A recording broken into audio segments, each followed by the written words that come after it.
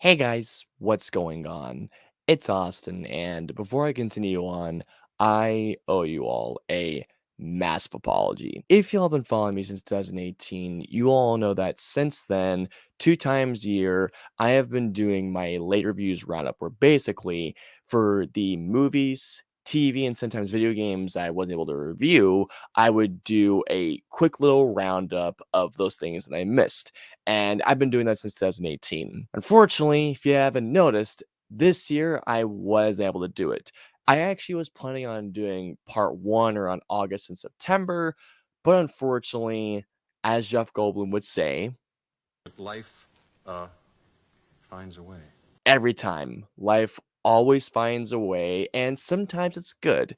Sometimes you just want to be like, oh crap, I need to get this done. And sometimes you just not able to do it because time is just against you. It's not that I didn't want to review these certain things. It's either one of a couple of things. One, personal life happens where basically family life, friends, or something gets in the way that's just not under your control. Two, work life, because especially this year I have been working so much. The other reason why is because simply time. Time is of the essence. Time is sometimes your friend, and sometimes time is your worst enemy. And this year for me, time was not kind. But as I have always said, I don't want to leave you guys hanging on how I feel about these certain things. So I have a lot to get through when it comes to this thing. I have 8 movie reviews and I have TT. Did I just say TTV reviews? I have 2 TV reviews, and you guys should probably know what the amount that I did tweet about these certain things this year. Before I continue on, I'm gonna take a quick swig of my drink. Ah, G Fuel for the win. G Fuel if it could sponsor me, that'd be amazing. Let's be real.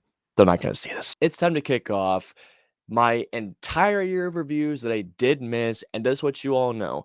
There are certain movies that I still have not seen. After this review goes up, or after this reviews roundup goes up, I'll have my review of a late review that I think deserved its own video of Dear Evan Hansen. Spoiler alert. Wasn't a fan. It's time to kick off my late reviews roundup of the entire year of 2021, beginning off with Nobody. So Nobody is an action thriller directed by Ela Nusher. Pretty sure I flogged up his name so badly. In Nobody, we follow a guy named Hutch, played by Bob Odenkirk, who seems to be a just standard, a nobody who is going through day-to-day life. It's very routine, it's repetitive. He seems to have a very strained relationship with not only his wife but of his kids. When his house is broken into, he allows these robbers to take what they want, to the detriment of his son, who basically starts to see him as a pushover, until one night when he starts to notice something, particularly that his daughter brings up to him. He goes against these guys, and after a badass bus fight, he starts to become more reinvigorated again. I didn't know what to expect from this movie. This was something that, when I saw the trailer, it looked like John Wick, because the director of the film, Derek Kolstad, pretty sure that's his name, also wrote John Wick. So I was just like, okay, the setup is very much John Wick. The movie itself, however, is nothing like that. Nobody is a badass movie. I mean, this movie, I was not expecting to not only like, but love this movie as much as I did. Bob Odenkirk is incredible in this film. Connie Nielsen as his wife was great. There's a couple of other actors who I will say right now are Ye in this movie. He's great. Christopher Lloyd is in this movie, who I didn't even know about, but I guarantee by the time this video comes out, you will have already all have seen it. He has so many scenes where he steals the entire show. It starts out with a very simple premise, but as this movie goes along, the surprises just keep coming and coming and coming. The action of this movie is brutal, and it's so much fun. But more than anything else, what surprised me about Nobody was just how good the story was. I mean, sure, the action in this film is kick-ass. I felt the film hints at Hutch's backstory. The only real issue I can really think of, and it's more of a nitpick, is that it doesn't really bring anything new to the action thriller genre. I was not expecting to love this movie as much as I did. I had a blast with Nobody. I'm going to give Nobody a 5 out of 5. I want to see Bob Odenkirk in this action star role once again. Moving on to the next review, we have Cruella. This is the movie which shows how Cruella became to be, well, Cruella. I love Emma Stone. I love Emma Thompson. Love the cast of this film. And this is what I could say what I liked about Cruella. The cast of this film give great performances. Emma Stone is phenomenal in this film. Emma Thompson, phenomenal in this film. Paul Walter Hauser, terrific in this movie. Production design, cinematography. This is a gorgeous looking movie. And I would say by the third act, that is when the Cruella stuff starts to come in. There's a lot of the time I was really enjoying this film. But here's the thing, guys. My biggest issue with Cruella is this. For a film that's called Cruella, it doesn't feel like Cruella. More than anything else, this is the best way I can describe Cruella. Now, I have not seen this film. I have only seen bits and pieces of it, but this is how I describe Cruella. Cruella, more than anything else, feels like The Devil Wears Prada meets an Ocean's movie. If this movie wasn't titled as Cruella, and if it was titled, let's say, The Devil Wears Ocean, something like that, I would have probably liked this movie a whole lot more. But the fact that this movie is called Cruella, and it doesn't really have anything to do with Cruella. Now, sure, Emma Stone has the hair, but more than anything else, Emma Thompson is the one that acts like Cruella more than Emma Stone does. I mean, sure, there's definitely your Easter eggs, there's your references to, let's say, the 101 Dalmatians and the Cruella character, but for the majority of the film, it feels like the Devil Wears Prada prequel more than anything else, which is completely okay if this was a Devil Wears Prada prequel, but here's the thing, it's not Devil Wears Prada. This movie is, what, just over 2 hours long? It feels way too long. This movie could have been, I would say, about hour 45, maybe hour 50. I did enjoy this film bits and pieces, but all in all, I'm gonna have to give Cruella a 2.5 out of 5. I just didn't love Cruella. I thought it was enjoyable in parts, but for the most part, like I mentioned, it doesn't feel like Cruella. More than anything else, it feels like, well, Devil Wears Prada meets Ocean's 11, or actually I would say Ocean's 13 more than anything else. Next up is my review of Wandavision. I was so excited for the show, guys. In Wandavision, it takes place after the events of Endgame, and basically, well, this is one of those shows that I know it came out, I think, what was it, back in April this year? I don't want to say too much, even though I know everyone's probably seen it by now, but still, I want to keep the mystery alive for this one. In WandaVision, we follow, well, Wanda, Vision, and essentially their two kids as they're growing up in this suburban neighborhood. But Vision notices throughout the show that something isn't quite right. And it turns out that there are forces outside, and there might be somebody within this neighborhood that is trying to figure out what is going on. I love the MCU. I love No Way Home. I thought that was a great film. Shang-Chi was awesome. But Black Widow was okay. I did enjoy it for what it was. And Eternals, as you all know, almost put me to sleep multiple times. The reason why I was looking forward to this show in particular is because I love the way how it's separating itself from the MCU. And I gotta tell you guys, I loved about, let's say, 90% of WandaVision. Elizabeth Olsen absolutely kills it as Wanda Maximoff, even more so this time around. Paul Bettany is not only terrific in this show, but his comedic timing is so good. Catherine Hahn, I loved her so much in this show. What I loved about WandaVision is that in every single episode of the show, it separates itself by doing, let's say, a new decade of TV. Like, for example, at the very start, you have I Love Lucy, going on towards, let's say, the Brady Bunch, Full House, The Office, Malcolm in the Middle. I absolutely love that because it kept every single episode fresh, new, and exciting. The mystery, the intrigue kept me guessing every time. My only real issue with the show was the final episode. And it's not that it wasn't a bad final episode, there were just some aspects that I felt were a bit underwhelming. At the same time, though, WandaVision was excellent. I couldn't get enough of the show. I was theorizing with my buddy Jason. WandaVision was awesome. This is by far my favorite MCU show. I see you blinking up there. WandaVision was excellent. I'm going to give WandaVision a 4.5 out of 5. Knowing the end credits teases the new Doctor Strange, cannot wait. Let me take another swig of my drink. Fuck, I love G Fuel. Moving on to my next review, I'm going to be talking about... I look up the title again, sorry about that. Those Who Wish Me Dead. This was written, well, co-written and directed by Taylor Sheridan, who I think is a very talented director. Those Who Wish Me Dead follows a character played by Angelina Jolie, who is a smoke jumper who is basically haunted by a mission gone wrong. A little boy witnesses the murder of his father, and he comes across Angelina Jolie's character. And there are two characters that are after him, and they want this little boy either captured or dead. And here's what I can say about this film. It's enjoyable, yes. But here's the thing. This is a movie that I was like, okay, it's an enjoyable 90s action thriller. But the more the time went on, the more that I forgot about this movie. It's not that it's a bad movie per se, it's just meh. Taylor Sheridan and Angelina Jolie are by far the best parts about the film. The little kid is fine, there's good performances. The best way I could describe Those Who Wish Me Dead is like this.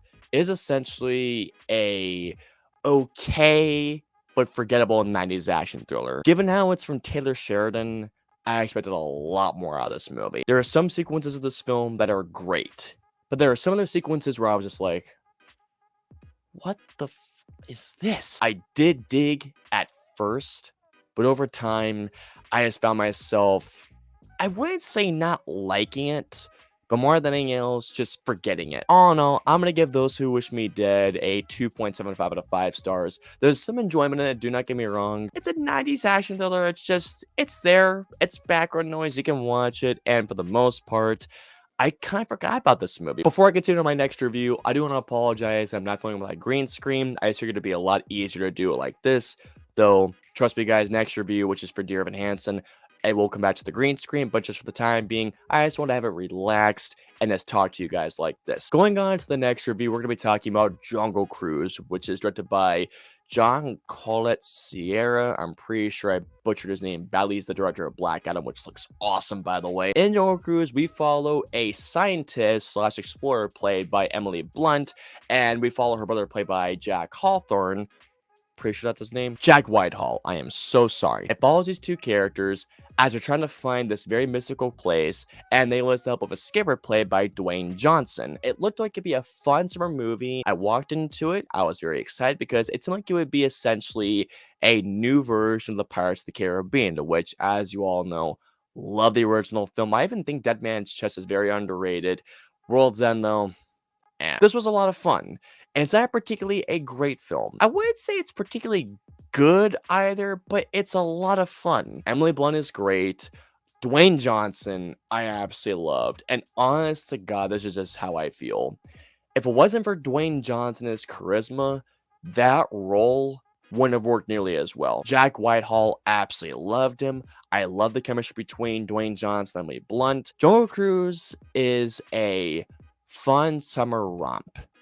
Nothing more than that. I have not been on the Jungle Cruise ride in a long time. Oh my God. It's been since I think I was in high school since I rode that ride. So I couldn't say I was on that ride. From what I was told, it's essentially the ride, just in movie form. One of my biggest issues with this film is the overabundance of CG. The CG, quite a bit of the time, is very, and I mean very obvious. Jesse Plemons is a fun villain, but he didn't really stand out as intimidating. But I mean, this is Todd from Breaking Bad, for God's sakes. But did come off as threatening. If you go into it just wanting a fun time, you'll get that from this film. But if you're expecting like the next Pirates of the Caribbean or the next great summer blockbuster, I don't think you're going to quite have that in here. The script is pretty formulaic. There's a lot of parts you can definitely see coming. But otherwise, it's a fun movie. Not particularly good movie, but it's a fun summer movie for the entire family. So all in all, I'm going to give Jungle Cruise a 3 out of 5. It's not particularly great film, nor is it a particularly good film for that matter. But as a summer movie, it's fun, and that's really all I can expect from a movie like this. Next up is the second of my 2 TV reviews. Once again, MCU territory. No, it's not Falcon the Winter Soldier, although I'll give my quick thoughts about that right now. Show was great at the start, ended very underwhelming. I'd give Falcon the Winter Soldier about like a 2.5 out of 5. This is on Loki is next up. Loki is a show that follows essentially not the Loki that we see in Thor Ragnarok, but the Loki that we see in the Avengers as he grabs the Tesseract and he teleports out of being captive from the Avengers, if you've seen 2012's The Avengers. And this is essentially a show that I'll describe, I mean, I've been told this, I have not seen the show it's been based off of, but this is where I've been told it's very Doctor Who-like. and it only makes me want to watch Doctor Who. This show was so much fun. I love the way it explores the multiverse, to which I don't want to give away the ending. But let me say this. I know I'm just jumping forward a lot for my review of Loki. The ending of the show, I absolutely loved the ending of the show. One of the things I absolutely loved about Loki is seeing this great character arc for Loki. Again, not the one that we see in Thor Ragnarok, but the one that we see from Avengers. Love Owen Wilson. There's a specific part that actually made my jaw drop. I love the way that the show is shot. I love the writing. There are a couple episodes that do feel very filler-like. There is a particular episode that at first you're just going like, okay, where is this going? But by the end of this episode, there is a one-shot take that I absolutely loved. All in all, I'm going to give Loki a 4.5 out of 5. It was so much better than I expected, and I know there's going to be season 2.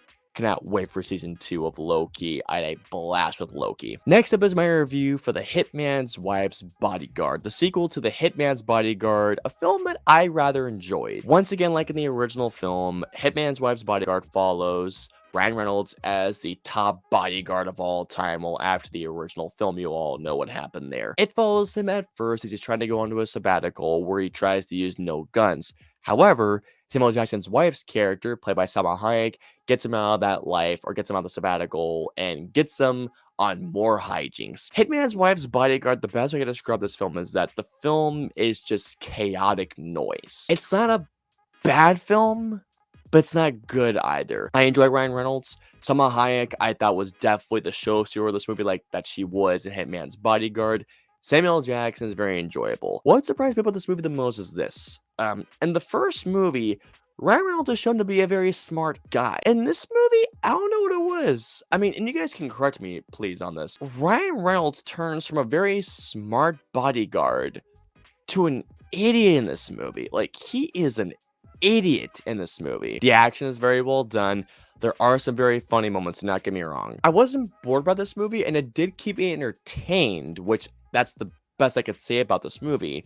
But more than anything else, like with Those Who Wish Me Dead, this movie just feels like it is just chaotic noise. Morgan Freeman is in this movie, generally out of purpose in this movie. I personally enjoyed the first movie more because the first movie had so many fun bits, where this movie, it was just like, okay, it exists. So, all in all, I'm going to give Hitman's Wife's Bodyguard a 2.5 out of 5. The moment that they announced this movie, I just thought, why? We're almost at the end, guys. So, coming up next is my review of The Protege, which is directed by Martin Campbell, the same guy who brought us Casino Royale, GoldenEye, also Green Lantern, which we won't talk about the movie. It primarily follows Maggie Q as she has been trained by Samuel Jackson. Speaking of which, Hitman's Wife's Bodyguard, Samuel Jackson trains Maggie Q as his, well, protege. Maggie Q finds out that Samuel Jackson has been, well, killed, and she goes on a quest to essentially take revenge for Samuel Jackson's murder. Like with Hitman's Wife's Bodyguard, I was looking forward to this film, but I was like, okay,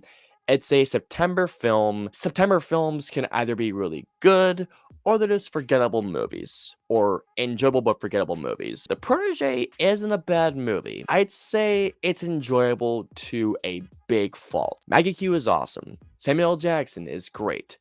But more than anything else, Michael Keaton steals the entire film. First half, they set up this mystery, and I wasn't interested in it. It wasn't until a particular scene involving Maggie Q and Michael Keaton that got me in. And I mean, I was in it afterwards. But the first half of this film, I thought was just boring. It's not a bad film. In fact, I did enjoy this movie for what it was. The Protege doesn't bring anything new to the action thriller ground, but for what it is, it's enjoyable. So with that being said, I'm going to give The Protege a 3 out of 5.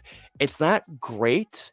I don't think it's good for that matter, but at the same time, I do think it's enjoyable enough to give it a 3 out of 5. Moving on to my second and final review, and that is Candyman, the sequel to 1992's Candyman. This is a film that follows a painter played by Yahya Abdul-Mateen II, to which I'm pretty sure once again I just butchered his name, and he's trying to find something that reinvigorates him into painting once again. He finds the Candyman lore, and the more he goes into it, the more he finds himself connected into it, and then he starts discovering little things as the film goes along. I love the original Candyman to no end. I think it's not only a great horror film that is a great little twist in the Bloody Mary urban legend, but the way that film subtly incorporates social commentary in it. Candyman visually looks gorgeous. Nia DaCosta has a great eye for storytelling and a great eye for visuals. Yahya Abdul-Mateen II is great in this film. There are some sequences that are absolutely visually thrilling to watch, and there are some awesome kills. I appreciate what they try and do, not showing Candyman,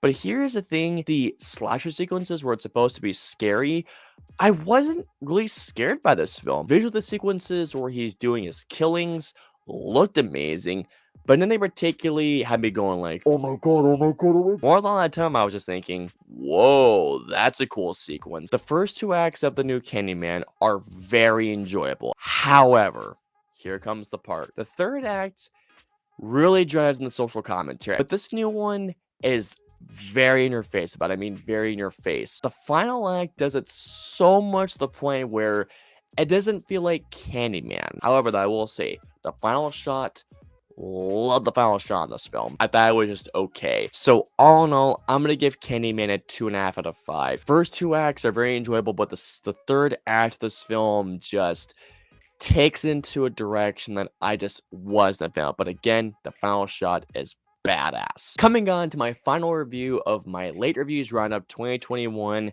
here's my review of The Last Duel, directed by Ridley Scott. This is a film that takes place in the 1300s. It follows characters play Adam Driver. Ben Affleck is more of a supporting role. Matt Damon and Jodie Comer is essentially, this is a film that tells a story in 3 different perspectives. Jodie Comer's character is married to Matt Damon. Matt Damon goes off to war. Jodie Comer is visited by Adam Driver's character.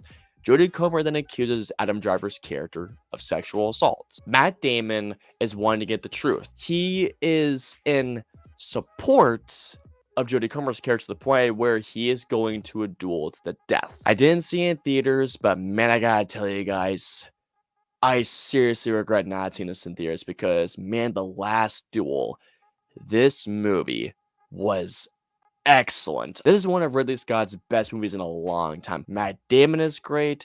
Ben Affleck, for the amount is in the film, is great. Adam Driver is excellent. Jodie Comer, oh my god. Jodie Comer in this film steals every single scene that she is in. If you've seen Rashomon, you get an idea already of what this film is trying to do with the storytelling, because the film tells a story from 3 different perspectives. This is how this person sees it, this is how this person sees it, and this is how that person sees it. And what I loved so much about this movie is how each perspective changes. The things that they do with the Rashomon effect here are absolutely incredible. There are only maybe 3, maybe 4 action sequences in the entire film, but holy crap, the action in The Last Duel is brutal. Honest to God, I have not seen action this brutal in a Ridley Scott film since Gladiator, and I think this might be more brutal than Gladiator. The final action sequence of this film is absolutely incredible, and there is a specific moment where I literally just went, oh god! If I were to say my issues with The Last Duel, it's this. The first 30 to 45 minutes are a bit wonky in terms of the pacing, the storytelling is a bit all over the place. In terms of what this film is tackling, I applaud them for trying to tackle these themes because these themes are relevant than ever. Only thing is this, I don't think they tackled these themes as well as they could have. All in all, guys, I'm gonna give The Last Duel a 4.5 out of 5. Guys, the film is excellent. If you haven't seen it, I highly recommend it. I wish I supported this film with the box office because I know it bombed.